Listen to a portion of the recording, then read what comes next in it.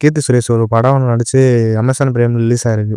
இன்னொரு படம் உப்பு கம்புராம்பு அப்படின்னு ஒரு தெலுங்கு படம். இது தமிழ் டப்பிங்ல இருக்கு. இதுல ஒரு என்ன ஒரு கதைன்னா, நம்ம கீர்த்தி சுரேஷ் இதுல ஒரு மெயின் ஹீரோயினா நடிச்சிருப்பாங்க. இதுல கீர்த்தி சுரேஷ் ஒரு ஊர் தலைவரா இருக்கா. ஊர் தலைவரா இருக்கும்போது அவங்களுக்கு ஒரு பிரச்சனை ஒண்ணு வரும். என்னன்னா, ஒரு சுடுகாடு இருக்கு. அந்த சுடுகாட்டுல 4 பேர் புதைக்கிற மாரி தான் இருக்கு.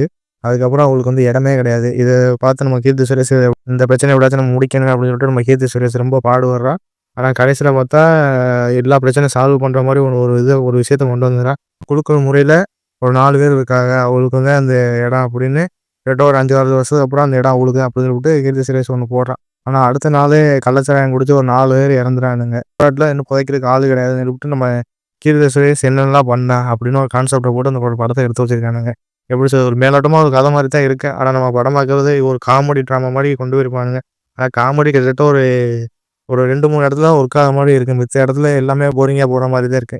கீர்த்தி சுரேஷ்ல ஒரு ஓவர் ஆக்டிங் பண்ற மாரியே நமக்கு ஒரு பக்கம் ஃபீல் ஆகுது. இதுல நடிச்ச நம்ம சுஹாஸ், அவர் நடிப்பு நம்ம சொல்லவே இல்ல. ஏன்னா கரெக்ட்டா அவர் நடிச்சா ஒரு ஆட்ல பெற்றுவாப்ல. முழுக்க முழுக்க கீர்த்தி சுரேஷ்ல ஸ்டார்ட்டிங்ல இருந்து எண்ட் வரை கீர்த்தி சுரேஷ் இதுல ஏகப்பட்ட நடிகர் நடிச்சிருக்கா. பெர்ஃபார்மன்ஸ்லாம் வேற லெவல்ல இருந்துச்சு.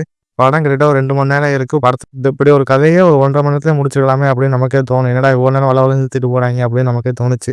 இது எமோஷனல்லாம் அவ்வளவா நமக்கு இருக்காது. பாட்டுலாம் நமக்கே தெரியும். அது டப்பிங் தெலுங்குல டப்பிங் பண்ணி தமிழ்ல விட்டா எப்படி இருக்கும்னு.